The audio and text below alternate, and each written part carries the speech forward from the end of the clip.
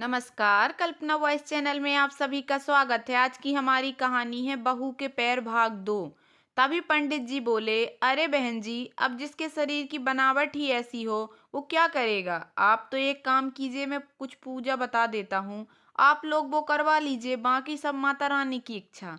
पंडित जी ने अपने कुछ तरीके बता दिए, लेकिन सुधा जी और बिमला जी उससे संतुष्ट ना हुई।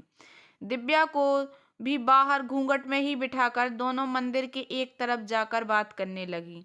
जी जी, पंडित जी ने भी पल्ला झाड़ लिया, यह कहकर कि जिसकी बनावट ही ऐसी हो वो क्या करेगा। मुझे तो पहले ही पता था इसका कोई उपाय ना है। यह तो लड़की देखते समय ही देखना चाहिए था, लेकिन अब क्या किया जा सकता है। शादी तो हो गई, अब तो हमें ही अपने स्तर पर कुछ करना पड़ेगा। क्या करें जीजी, मेरा इकलौता बेटा है, कहीं बहू के चक्कर में हमें छोड़कर चला गया तो हमारा क्या होगा। तू तो एक काम कर, जहां तक हो सके बहू को दबा कर रख और दोनों के बीच में प्रेम पनपने मत दे। राहुल के सामने तो अच्छी ही बनी रहना, बाकी फिर मैं ना हूं ना, मैं देख लूंगी। बस तू तो बहू पर नजर रख। अब आ गई है तो इसी से काम चलाना पड़ेगा। सब कुलदेवी की पूजा कर वहां से रवाना होकर घर आ गए। इधर सुधा जी भी पूरे सास पन्ने पर आ चुकी थीं। उन्होंने शत प्रतिशत बिमला जी की बातों पर अमल करना शुरू कर दिया।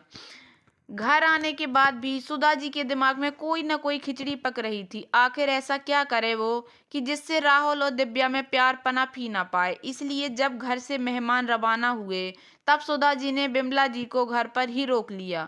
बिमला जी ने सुधा जी को कुछ समझाया, दोनों अपनी योजना पर अमल करने लगी। आज राहुल और दिव्या की सुहागरात थी। राहुल के कमरे को फूलों से सजाया गया था। सुधा जी ने खुद अपनी बेटी माही को भेजकर दिव्या को तैयार करवाया था। रात को दिव्या कमरे में ही थी। इधर माही और राहुल के बीच हंसी ठिठोली चल रही थी कि सुधा जी अचानक से जोर से चिल्लाई, हाय राम, मैं तो मर गई। अचानक से सब लोग सुधा जी के कमरे की तरफ भागे। देखा तो सुधा जी जमीन पर पड़ी हुई हैं। उन्हें देखते ही राहुल और दिव्या एक साथ बोले, क्या हुआ मम्मी। इससे पहले कि सुधा जी कुछ कहती, बिमला जी बोली, अरे भाभी का पैर फिसल गया और वो गिर गईं। शायद मोच आई होगी, देखो जरा। नहीं नहीं जीजी, मोच तो नहीं आई है, पर कमर में बहुत दर्द हो रहा है। हाय, मुझसे तो खड़ा भी नहीं होते बन रहा। बेटा राहुल, जरा सहारा देकर उठा तो सही। आखिर राहुल ने सहारा देकर सुधा जी को उठाया और कराहती हुई अपनी माँ को बिस्तर पर लिटाया। हाय, मेरी कमर में बहुत दर्द हो रहा है, कोई मालिश कर दे तो अच्छा हो। इतने में माही बोली, मम्मी आप परेशान ना हो, मैं आपकी मालिश कर देती हूँ। अरे नहीं नहीं, हमारे में बेटियों से ये सब काम नहीं कराया जाता। जब घर में बहू है तो बहू ही करेगी। आज वो मेरी माँ की सेवा कर देगी और यही मेरी माँ के पास सो जाएगी। बिमला जी ने कहा तो राहुल और माही एक दूसरे की शक्ल देखने लगे, पर कर क्या सकते थे। माँ आखिर माही दिव्या को बुला लाई। दिव्या ने आकर सुधा जी की कमर की मालिश की। उसके बाद उनके पैर दबाने लगी। रात काफी हो चुकी थी, इसलिए राहुल कमरे में जाकर सो गया और दिव्या सुधा जी के साथ उनके कमरे में। लेकिन रात को सुधा जी को खर्राटे भरते और आराम से सोते देखकर दिव्या के मन में यही बात आ रही थी कि कहीं सासू माँ नाटक तो नहीं कर रही। दूसरे दिन सुबह सुधा जी कराते हुए जैसे तैसे कमरे के बाहर आईं और हॉल में आकर सोफे पर बैठ गईं। वहीं दिव्या को पहली रसोई की रस्म के नाम पर बिमला जी ने काम पर लगा दिया। बिल्कुल भी मौका नहीं दे रही थी कि राहुल दिव्या आपस में बात तो कर लें। खाना खाते समय भी कहीं से कहीं तक नहीं लग रहा था कि सुधा जी का को दर्द है, बल्कि बैठी बैठी वो तो दिव्या के काम में मीन मेख निकाल रही थी। अभी वो मीन मेख निकाल ही रही थी कि इतने में माही ने कहा, क्या मम्मी, आपकी बातों को सुनकर कहीं से भी नहीं लग रहा कि आपकी कमर में दर्द है। कहीं बहू के आते ही आप भी टिपिकल सास की तरह नाटक तो नहीं करने लगी।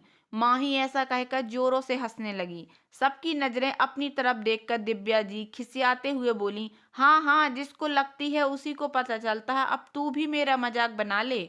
अरे मम्मी, मैं तो मजाक कर रही हूँ, क्यों बुरा मान रही हो। जब दिव्या घर के काम से फ्री हुई तो सुधा जी राहुल को बोली, मुझे तो डॉक्टर के पास लेकर चल, मुझे तो बहुत दर्द हो रहा है। इतने में किशोर जी ने कहा, अरे मैं ले चलता हूँ, राहुल को क्यों परेशान कर रही हो।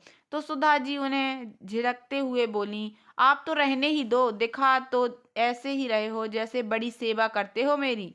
मेरा बेटा मुझे ले जाएगा तो कोई परेशानी है क्या?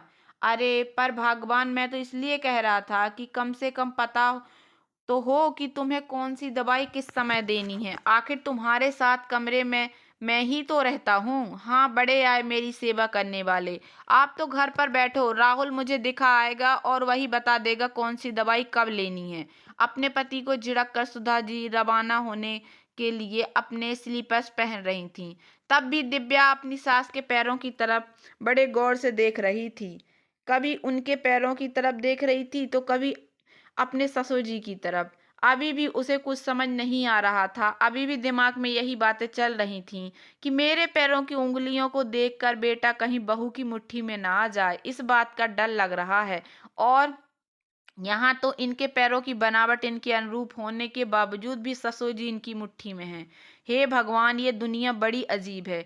पति भी मुट्ठी में चाहिए और बेटा भी मुट्ठी में चाहिए। आखिरकार राहुल सुधा जी को लेकर हॉस्पिटल रवाना हुआ तो बिमला जी भी उनके साथ ही हो गईं। सुधा जी को बिमला जी के साथ बाहर बिठाकर राहुल डॉक्टर के केबिन में चला गया। पीछे से सुधा जी बिमला जी से बोली, जी ऐसे कैसे काम चलेगा? आखिर कब तक मैं बहू को बेटे को दूर कर रख पाऊंगी? देखा नहीं कैसे माही ने बात पकड़ ली। हाँ, मैं भी यही सोच रही हूँ। आखिर ये नाटक हम हमेशा के लिए तो नहीं कर सकते। अब तो कुछ करना ही पड़ेगा। बेटे के मन में बहू के लिए गलतफहमी पैदा ही करना पड़ेगी, जिससे दोनों में प्यार पनप भी ना पाए और ऐसी बहू से हमारा पिंड छूटे। बिमला जी अपनी अकल लगा ही रही थीं। दोनों बातें तो किए जा रही थी, लेकिन दोनों में से किसी ने ये नहीं देखा कि राहुल उनके पीछे कब आकर खड़ा हो चुका है और शायद उनकी बातें भी सुन चुका है। इतने में सुधा जी की नज़र राहुल की तरफ गई तो वो घबरा गईं। राहुल ने कुछ नहीं कहा, बस चुपचाप उनकी तरफ देखता रहा। तो वो बिमला जी की बात संभालते हुए बोली, बेटा क्या कहा डॉक्टर ने? चल जल्दी से तेरी माँ को दिखा लेते हैं। राहुल गुस्से से बिमला जी को देखते हुए बोला, दिखाना क्या है? अच्छी भली तो है मम्मी, इतना बड़ा धोखा वो भी अपने बेटे के साथ। अगर इतनी ही नफरत थी दिव्या से तो शादी ही ना करते, कम से कम उसकी जिंदगी बर्बाद तो ना होती। कोई जबरदस्ती तो शादी नहीं हुई है हमारी। सुधा जी से पहले बोलते ना बना, फिर खुद को संभालते हुए गुस्से में बोली, तो और क्या करती मैं? शादी से पहले अगर उसके पैरों की उंगलियां देख लेती तो कभी न शादी करती मैं तेरी उससे। उस समय तो ठंड के कारण जुराबे पहन कर आई अपनी कमी छुपाने के लिए, और अब मेरे बेटे को मुझसे छीन रही है। तुझे अपनी मुट्ठी में करके हमारा घर बर्बाद कर देगी। राहुल को अपनी मम्मी की सोच पर बहुत गुस्सा आ रहा था। ये कैसी बात कर रही हो मम्मी? आज के जमाने में ऐसी बातें कौन मानता है? अंधविश्वास में अंधी हुए जा रही हो और खुद अपना घर बर्बाद कर रही हो, पर इल्जाम अपनी बहू पर लगा रही हो। उसकी बात सुनकर सुधा जी ने कहा, देख ले, असर दिखाना शुरू कर दिया ना उस अपशगुनी ने। आज बेटे को माँ से लड़वा ही दिया। उसके लिए तू मुझसे लड़ने को तैयार हो गया। घर जाकर सबसे पहले उस अपशगुनी को ही निकालती हूँ। ठीक है, बिल्कुल निकालो, पर उसके साथ मैं भी जाऊंगा। पैरों की बनावट को देखकर आपने अंदाजा लगा लिया कि आने वाले वक्त में आपकी बहू आपके बेटे की मुट्ठी में कर लेगी और आपका बेटा आपका ना रहेगा। तो एक बात बताओ मम्मी, आपके पैरों की बनावट तो सही है ना? फिर आप तो कभी भी पापा को झिड़क कर एक तरफ बैठा देती हो। आखिरकार राहुल के घर से निकल जाने के बाद सुनकर सुधा जी चुप हो गईं, लेकिन इतनी बहस के बावजूद भी सुधा जी मानने को तैयार नहीं थीं। घर आने के बाद बिमला जी तो शक और अंधविश्वास का कीड़ा सुधा जी को देकर अपने घर रवाना हो गईं, और इधर सुधा जी अपने अंधविश्वास में ही जी रही थीं। वक्त यूं ही बीत रहा था, लेकिन दिव्या को कोई खास फर्क नहीं पड़ता। पति का प्यार था, ननंद का साथ था, ससुर का आशीर्वाद था, इसलिए सुधा जी ज्यादा कुछ कह नहीं पाती थीं। इसी तरह हंसी खुशी जी रहे थे, इस उम्मीद के साथ कि कभी तो सुधा जी अपने अंधविश्वास को छोड़कर दिव्या को मन से अपना पाएंगी। तो दोस्तों, कैसी लगी आप लोगों को मेरी ये छोटी सी कहानी?